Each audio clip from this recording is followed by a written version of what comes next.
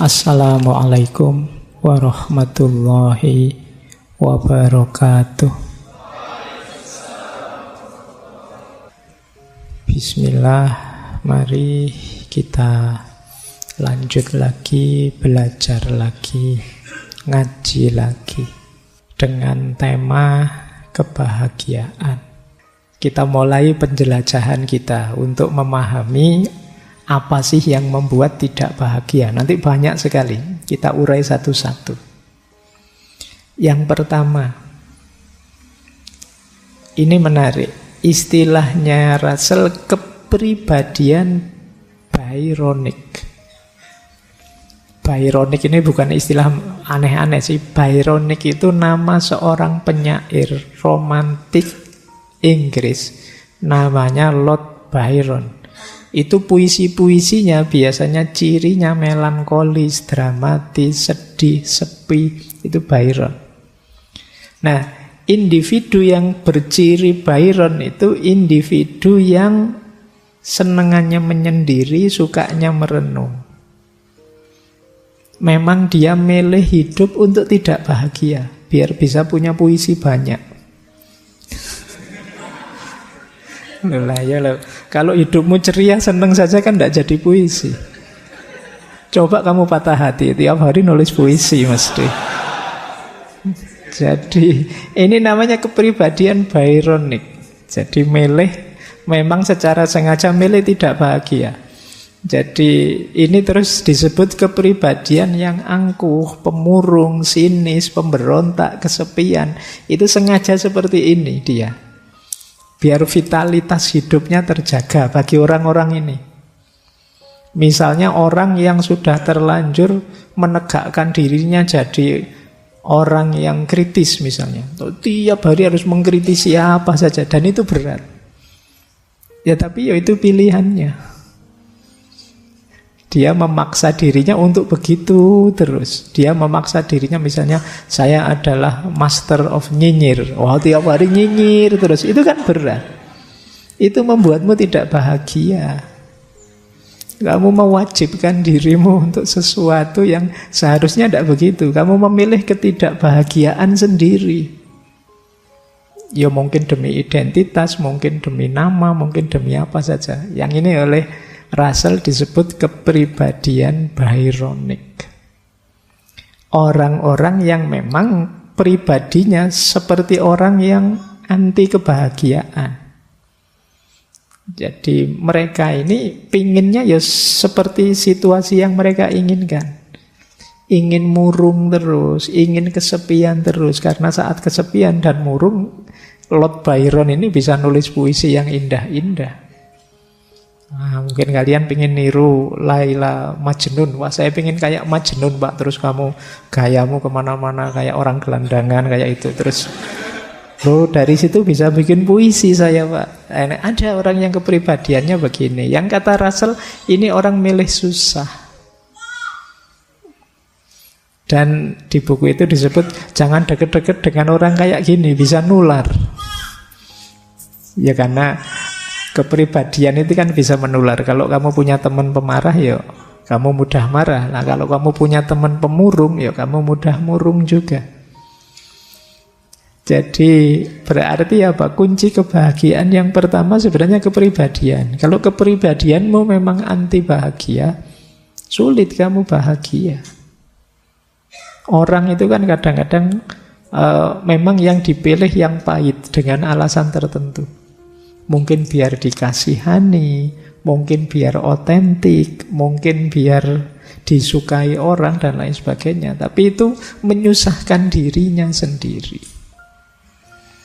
Kayak kalian ini misalnya ngaji filsafat berapa hari itu, terus tiap hari memaksa kalau ngomong harus filosofis. Wah, disuruh bahasa apa-apa sedikit-dikit filosofis wae.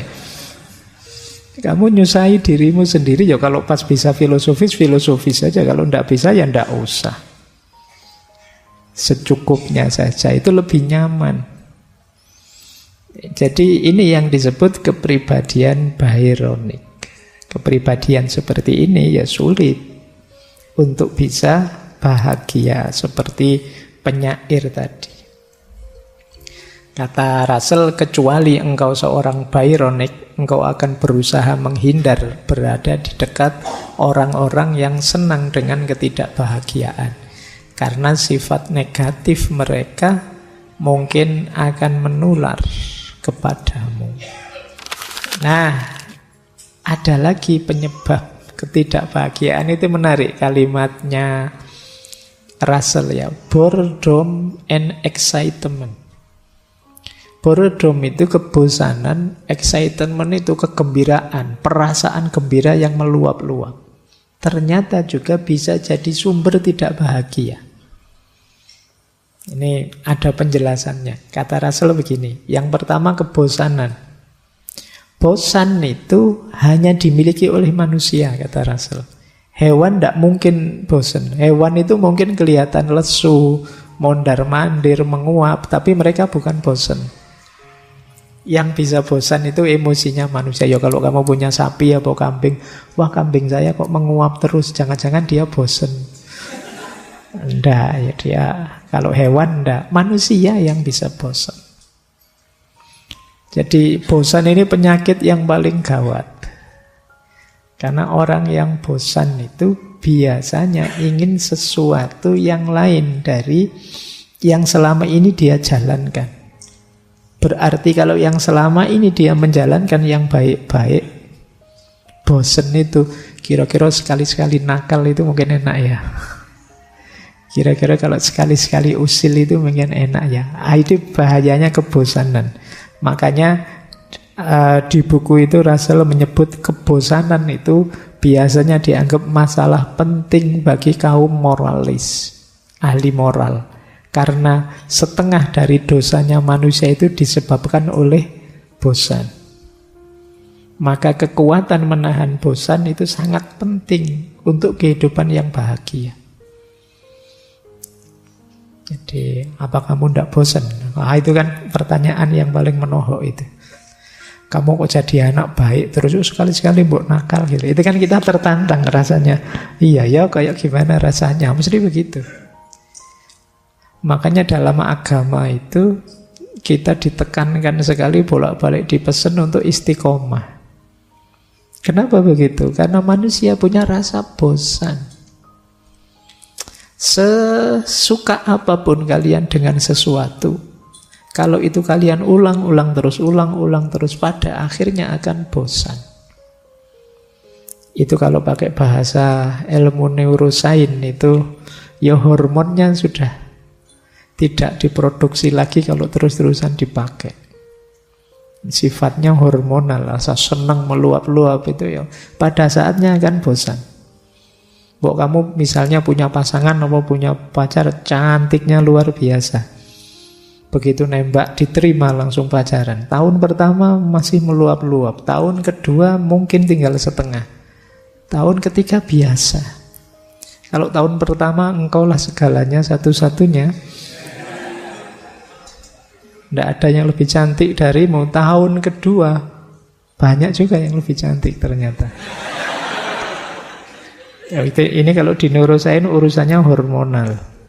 Makanya yang pacaran jangan lama-lama. Ada fase jenuhnya.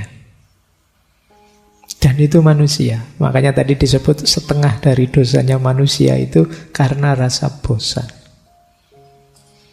Nah, saya lupa pernah baca di mana itu ada yang bilang jangan-jangan Nabi Adam itu bosan di surga.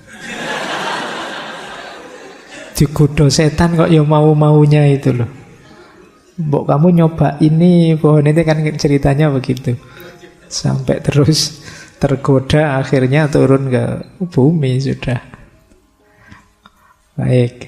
Jadi hati-hati dengan kebosanan, dia akan jadi sumber ketidakbahagiaan. Kalau kalian sudah bosan, itu saatnya berjuang melawan dirimu sendiri. Orang yang bosan pasti tidak bahagia.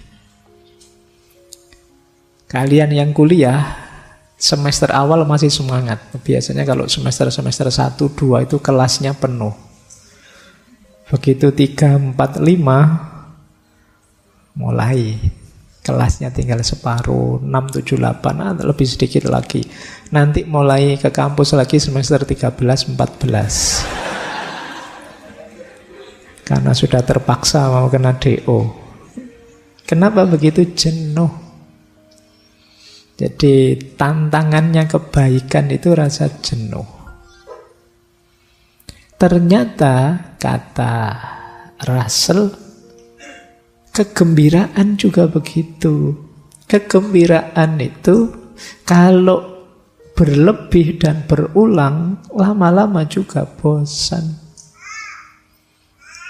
Jadi kegembiraan itu kebalikannya rasa bosan sebenarnya. Bosan dan gembira itu kan beda.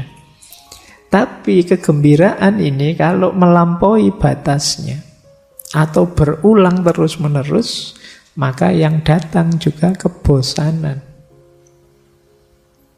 Kata Russell, gembira dalam waktu tertentu memang bermanfaat, tetapi terlalu sedikit menimbulkan keinginan yang tidak wajar, terlalu banyak capek. Kamu capek kenapa? Saya capek gembira, Pak. Seneng kok saya ini terus-terusan, bosen lah, Pak. Kalau sudah terus-terusan itu tidak ada rasanya sudah. Sepak bola kok menang, besok menang lagi, menang terus, biasa sudah. Ada berita klubmu menang, tidak kaget. Yang enak itu kalah terus-terus menang, itu seneng, luar biasa. Iya kan, terus kalah lagi, menang lagi. Jadi tiap kali menang kita pesta. Karena memang selama ini tidak pernah menang. Nah, jadi kegembiraan itu kalau terus-terusan tidak ada rasanya. Buahnya jadi kebosanan. Ini agak tragedi, ternyata gembira juga bisa jadi sumber tidak bahagia kalau limitnya sudah terlewati. Dari gembira bisa jatuh pada bosan. Hidup yang tidak dinamis juga bisa jatuh pada rasa bosan. Karena manusia itu punya sifat ingin tahu, ingin mengeksplorasi, menjelajah hal-hal yang baru. Mengulang sesuatu terus-menerus itu pasti bosan. Sebaik apapun perilaku kita, perbuatan kita, kalau diulang-ulang, itu akan melahirkan kebosanan. Cirinya bosan itu biasanya hilang rasa. Rasanya sudah tidak seperti awal-awal dulu. Ya tidak harus dengan pasangan ya. Amal baik saja apa wis. Sholat, tahajud. Belum pernah tahajud Pak saya. Cobaan tahajud. Begitu tahajud, iya Pak, batin saya tenang, rasanya nyaman sholat malam hari. Yo istiqomah lah kira-kira 2-3 bulan. Itu nanti di bulan ketiga, gimana rasanya? Sudah biasa Pak, sudah. Itu manusiawi. Makanya dalam agama kita diperintahkan istiqomah lah. Istiqomah itu pertarungan melawan kebosanan. Jadi ya termasuk ngaji-ngaji seperti ini kan jane ya membosankan tuh. Tiap Rebo harus ke sini capek-capek, terus harus mikir, harus itu. Itu saya loh ya. Jadi ya kan yo mboseni to gini terus. Tapi yo gimana lagi, yuk diistiqomahi wong barang apik kan begitu. Kemampuan menaklukkan diri kita sendiri. Jadi inilah penyebabnya tidak bahagia. Cari strategimu sendiri ya untuk bisa mengalahkan kebosanan ini. Karena dia jadi sumbernya ketidakbahagiaanmu. Terus lelah. Wah, ini banyak sekarang yang pakai diksi lelah ya. Lelah saya Pak itu. Lelah apa enggak ngapa-ngapain kok lelah. Yang dimaksud oleh Russell dengan kelelahan di sini, lelah karena pikiran yang tidak stabil dan kecemasan-kecemasan yang tidak perlu. Itu melelahkan. Keraguan-raguan dan kecemasan itu melelahkan. Jadi kalau hidupmu serba ragu itu kan capek. Misalnya, kalian pengen minum saja. Tapi kalau tidak ragu-ragu, minum enggak ya kan terus cuma sekedar pengen minum terus jadi capek. Ini enaknya saya bolos kuliah apa masuk ya? Bolos apa masuk enak? Kamu mikir berjam-jam gitu dok, kan capek. Mbok yo kalau bolos gitu aja kan selesai. Tapi karena pikiranmu bolak-balik, kecemasan yang tidak perlu, ya sudah, kamu hidupmu lelah. Hari ini orang menyebutnya overthinking. Overthinking kan melelahkan. Wong kamu tinggal milih A apa B, gitu aja pikirannya terlalu panjang. Iya atau tidak, iya atau tidak. Terus kamu bolak-balik dengan argumen, kalau ini begini, kalau itu begitu, pada akhirnya yang bulat lagi. Nah, kecemasan dan keraguan itu melelahkan. Banyak kekhawatiran itu bisa dikurangi, kata Russell, kalau kita sadar betapa tidak pentingnya hal-hal yang menyebabkan kecemasan. Coba kamu sebut, kamu cemas itu karena apa? Kata Russell, nanti kecemasanmu itu akan terbukti bahwa tidak terlalu penting.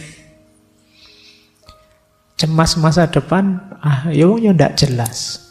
Buktinya ada orang yang hebat, masa depannya juga tidak sehebat masa lalunya. Ada orang biasa-biasa, masa depannya luar biasa. Jadi tidak ada yang seperti yang kita bayangkan kecemasan kita.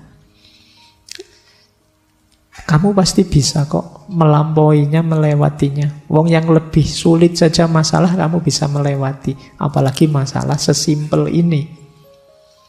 Itu yang dikatakan oleh Russell. Jadi betapa tidak pentingnya kegelisahanmu terhadap hal kecil-kecil yang tidak perlu. Wong cuma milih warung apa angkringan untuk makan malam ini saja kamu mikirnya kayak mau ujian skripsi. Tidak penting. Ya kalau urusannya besar mending. Kadang-kadang kecemasan kita itu hal-hal kecil yang tidak perlu. Itu yang membuat kita lelah. Kata Russell, orang bijak itu memikirkan masalahnya jika ada tujuan dalam melakukannya. Di lain waktu dia memikirkan hal-hal yang lain.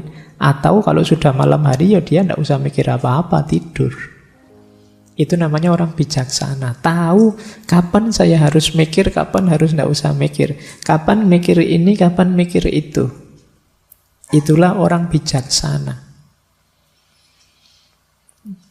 Nah, kata Russell lebih sadis lagi. Salah satu gejala orang gangguan jiwa itu orang yang meyakini bahwa pekerjaan sangat penting dan libur itu mendatangkan masalah.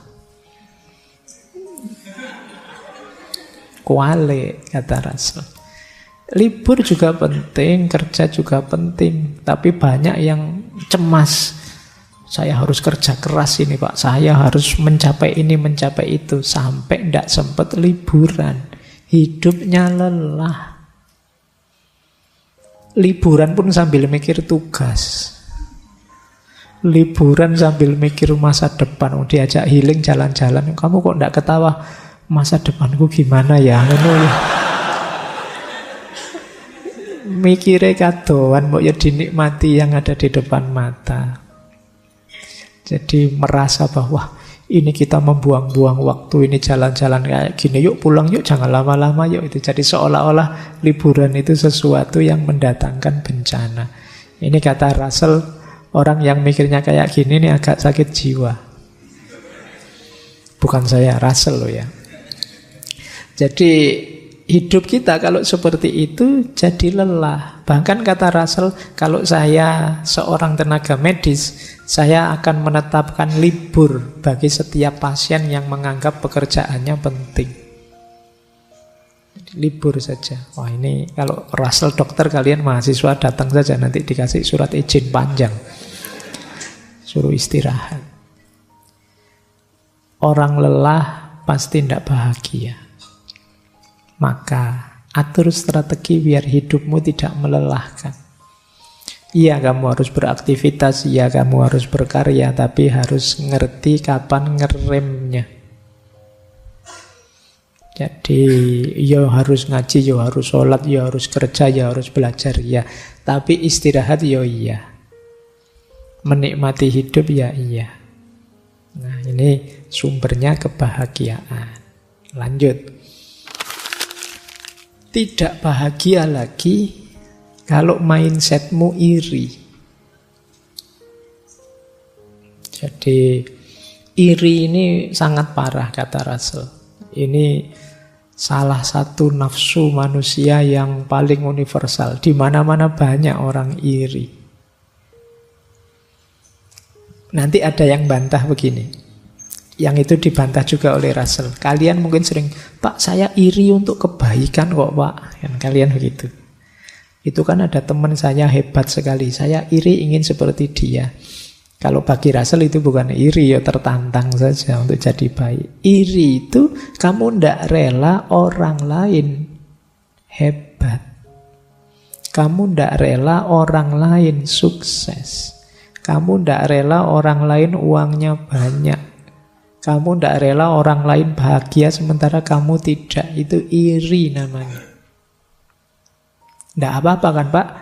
Saya iri biar saya sekaya dia, sehebat dia. Katanya Russell ndak begitu. Biasanya orang iri itu pikirannya bukan gimana saya sehebat dia, tapi bagaimana dia biar tidak sehebat itu.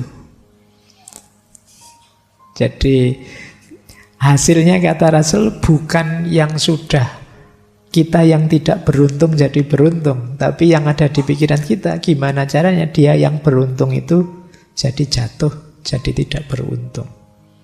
Itu logikanya orang iri. Biasanya naik satu level lagi terus jadi dengki.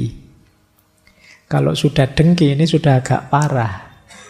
Karena orang dengki itu inginnya hancurnya orang yang dia dengki. Meskipun aku juga hancur, tidak apa-apa. Aku rusak, tidak apa-apa, asal dia juga rusak. Aku keluar uang banyak, tidak apa-apa, asal dia hancur. Ini orang dengki. Dosaku besar, tidak apa-apa, asal dia hancur. Itu orang dengki. Kalau kata Imam Ghazali, orang dengki itu perilaku syaitonia. Seperti setan. Setan itu kan begitu. Ketika dinas oleh Allah, kamu akan masuk neraka, tidak apa-apa, saya dilaknat sampai besok, tidak apa-apa, asal kasih saya waktu untuk menjatuhkan manusia. Untuk ngajak manusia juga sama celakanya kayak saya. Itu mental setan. Saya tahu bikin hoax itu dosa. Biarlah saya berdosa asal hoaxku viral. Itu sama. Itu perilakunya orang dengki. Ini tahun-tahun politik ini kan banyak hoax bertebaran. Berita-berita palsu bertebaran. Itu ya semoga isinya baik-baik. Tapi kalau hoax apa ya mungkin baik-baik. Isinya biasanya menjelek-jelekkan, menjatuhkan, dan lain sebagainya. Jadi kata Russell, iri hati parah. Salah satu penyakit paling parah dalam hidup manusia. Jika kita hanya membandingkan diri kita dengan orang yang telah mencapai atau memiliki lebih dari yang kita miliki, kemungkinan besar kita tidak akan bahagia. Jadi iri itu lanjutannya tadi. Hidup dengan kompetisi, buahnya iri. Kok aku kalah ya? Kok bukan aku saja juaranya ya? Kok selalu sana juara terus? Kita kapan juaranya? Itu terus jadi iri. Baik, lanjut. Penyebab tidak bahagia sudah tuntas. Dihindari tadi yang dijelaskan di awal. Sekarang Russell ingin membahas sumbernya bahagia. Apa saja itu kalau kalian ingin bahagia? Yang pertama dan kedua, semangat dan kasih sayang. Hidup yang penuh semangat dan cinta. Baik cinta yang diberikan maupun cinta yang diperoleh. Itu membahagiakan. Kalau kalian bersemangat kan bahagia.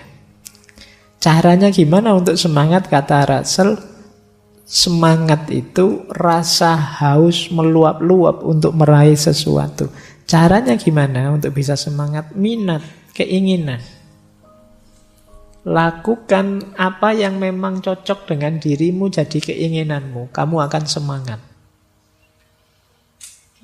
Jadi orang yang tidak punya cita-cita, tidak punya keinginan, sulit bahagia karena melakukan apapun kurang semangat. Tegaskan keinginanmu, kejarlah, raihlah, itu mesti semangat.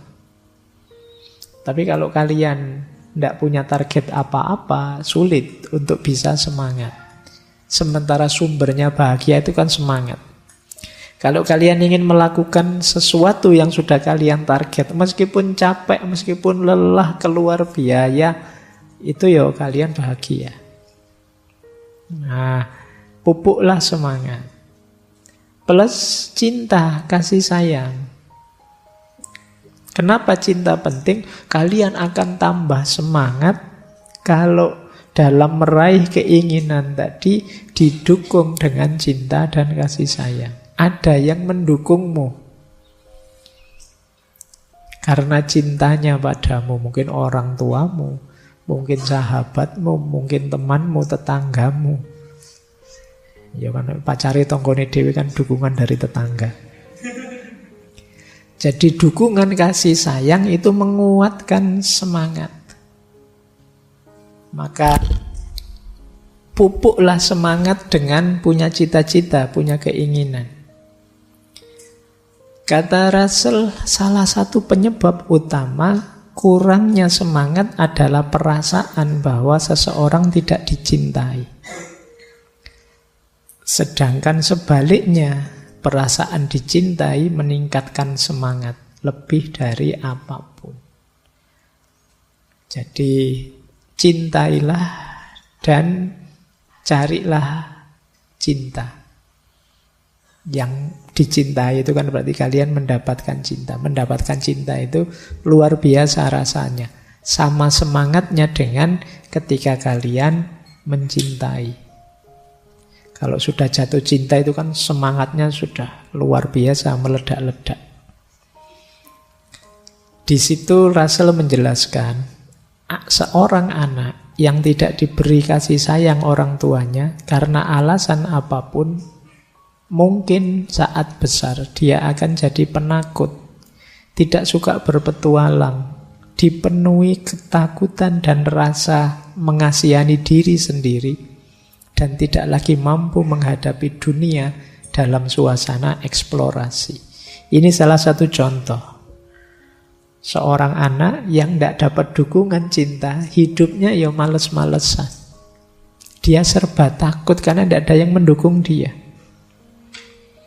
Maka ini penting ya untuk orang-orang di sekeliling kita. Ayo kita dukung semuanya saja dengan perhatian kita, kasih sayang kita. Siapapun itu, mungkin saudara, mungkin teman, teman sekelas, teman kos-kosan.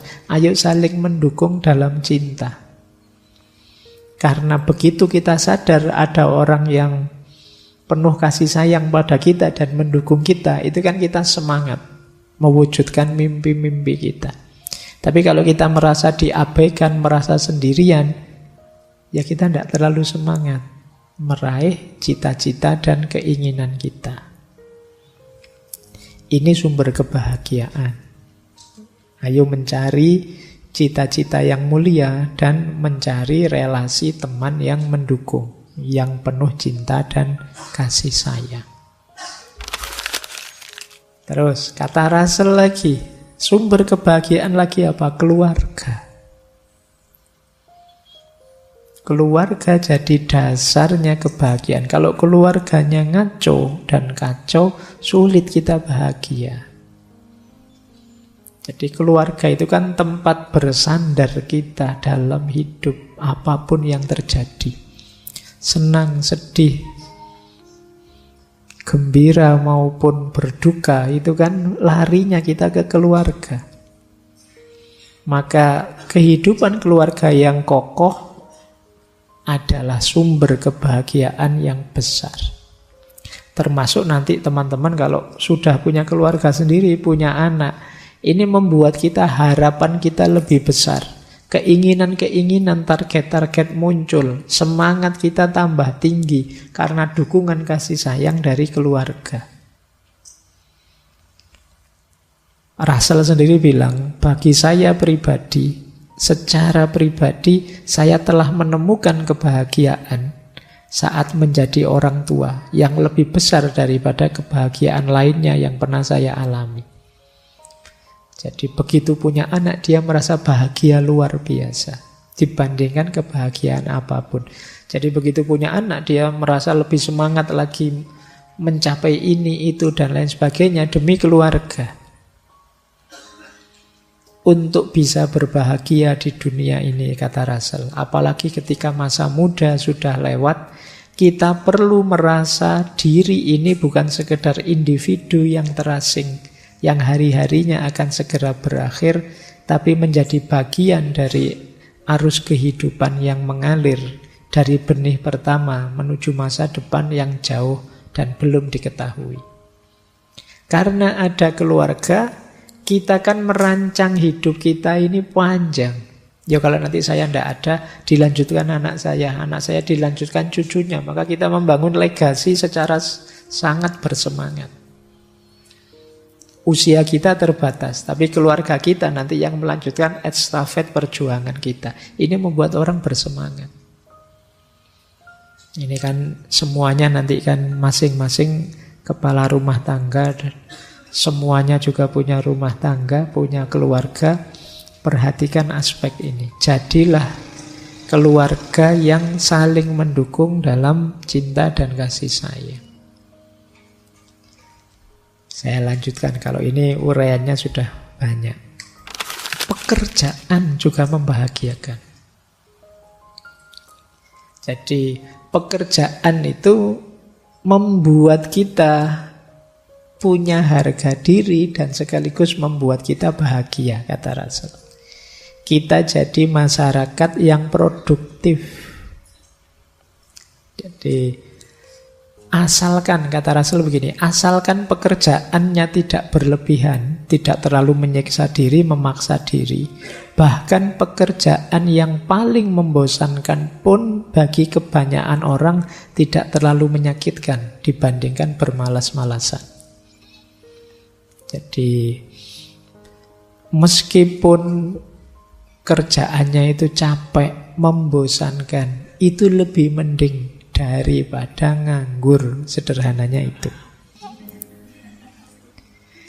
Jadi mungkin berkebalikan dengan beberapa prinsip teman-teman, tapi kata Russell begitu. Karena paling tidak kalau kita ada pegangan pekerjaan, kita masih punya pride sedikit banyak. Kalau ditanya orang, kerjaannya sekarang apa? Itu kan bisa dijawab. Tapi kalau tidak, kamu nanti tolak-tolak bingung. Wah, saya sekarang sibuk apa? Sibuk nganggur. Itu kan tidak enak jawabnya. Nah, kata dia, dibandingkan bermalas-malasan, meskipun pekerjaannya sangat membosankan, tapi lebih mending secara sosial. Nah, ini makanya tadi saya bilang paradigmanya Russell ya rasional saja, realistis. Dan memang bekerja itu adalah hal yang diinginkan. Yang pertama dan terutama sebagai pencegah kebosanan. Karena kebosanan yang dirasakan seseorang ketika ia melakukan pekerjaan tidak ada artinya dibandingkan kebosanan yang dirasakan ketika ia pengangguran. Kan beda ya rasanya. Kamu bosan kenapa? Saya bosan Pak kerja terus. Nah, kalau kamu bosannya saya bosan Pak nganggur terus. Itu kan rasanya beda. Yang pertama diinginkan, yang kedua tidak diinginkan. Jadi sederhananya pekerjaan itu membuat kita percaya diri, itu yang membahagiakan. Tidak punya pekerjaan membuat kita agak minder. Dan bagi Russell, tanpa harga diri, kebahagiaan sejati hampir tidak mungkin terjadi. Dan orang yang malu dengan pekerjaannya sulit mendapatkan harga diri. Intinya, pekerjaan juga adalah sumber kebahagiaan. Selain keluarga, selain semangat dan kasih sayang. Baik, nah kalau tadi sudah yang membuat tidak bahagia apa, yang membuat bahagia apa. Sekarang kita rangkum ya dari narasi-narasi di buku tadi. Bagaimana sih kemudian kita menaklukkan kebahagiaan itu?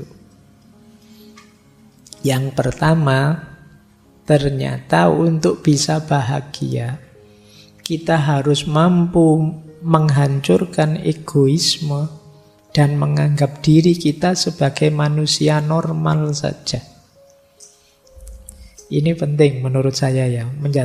Menghancurkan egoisme itu yang tadi, rasa benar, rasa penting, rasa tinggi, rasa hebat. Ini semua ego. Lebih kondusif kita merasa sebagai manusia biasa saja.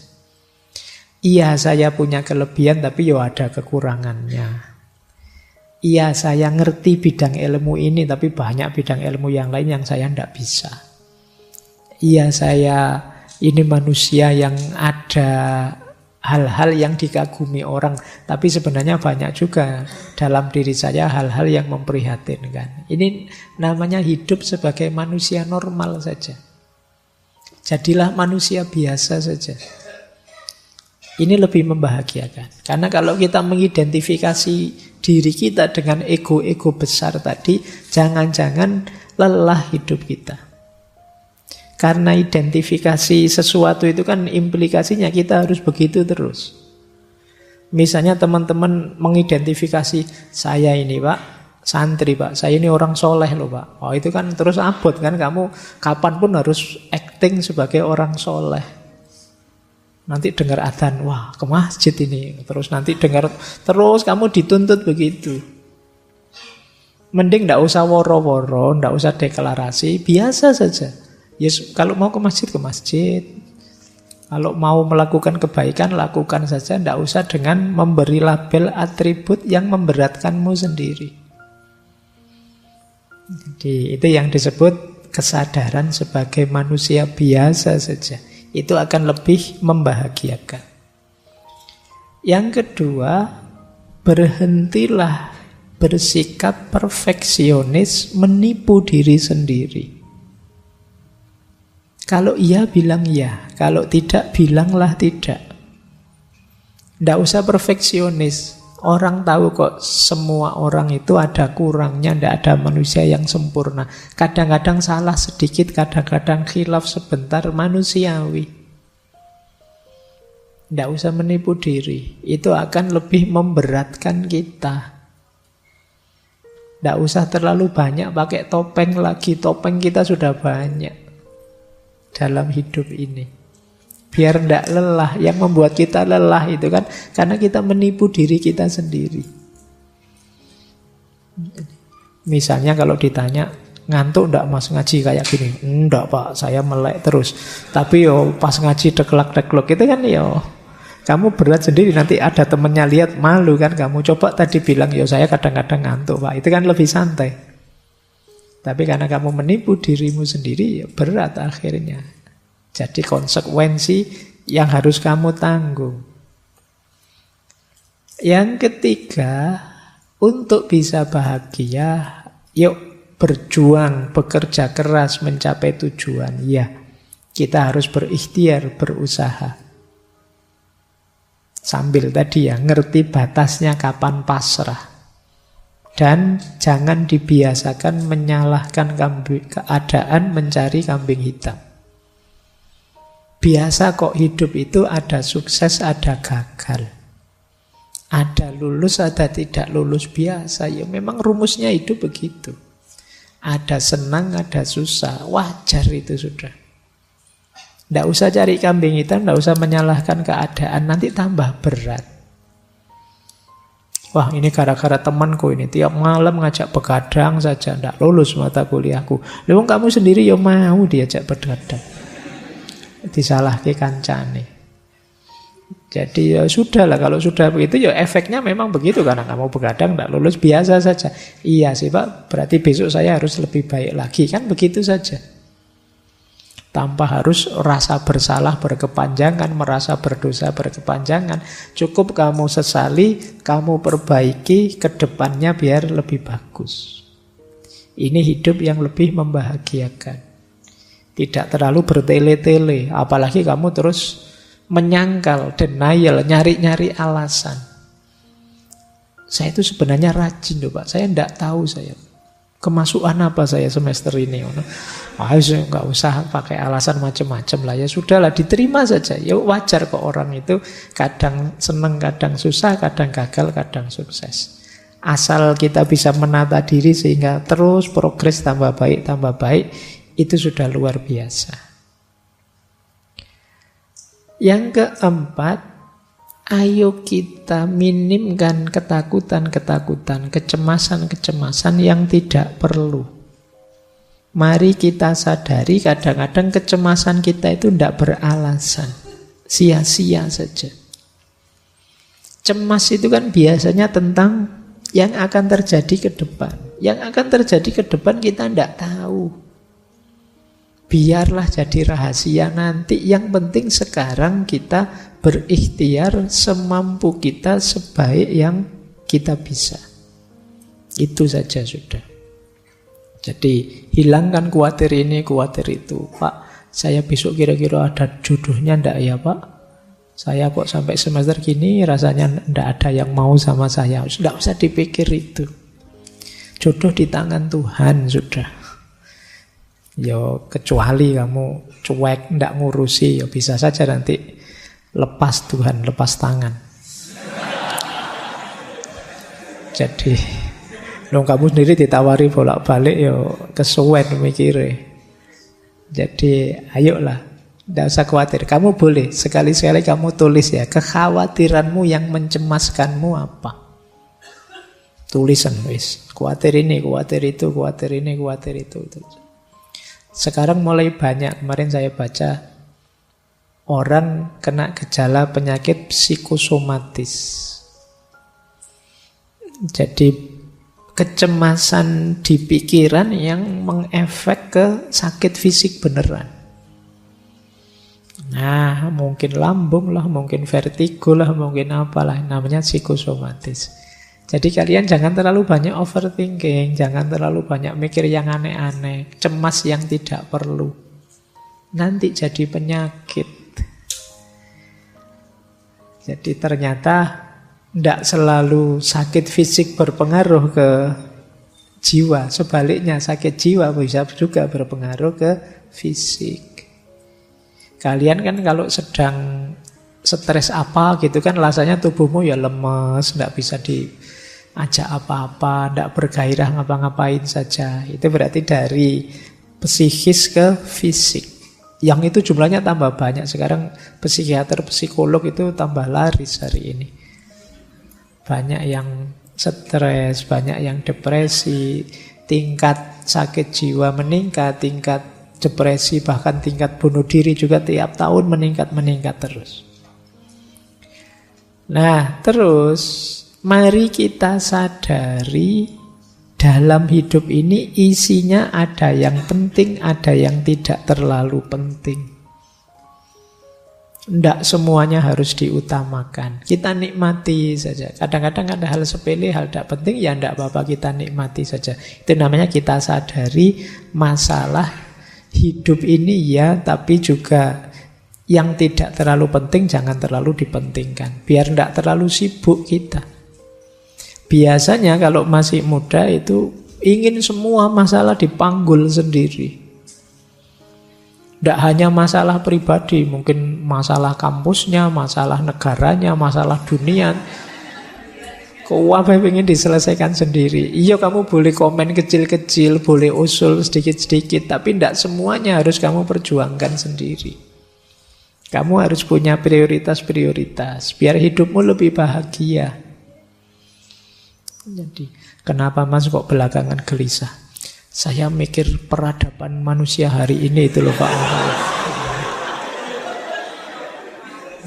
Ya, kalau sudah ngobrol itu diajak ke angkringan, saya ngangkring yuk Mas, tak traktir wis.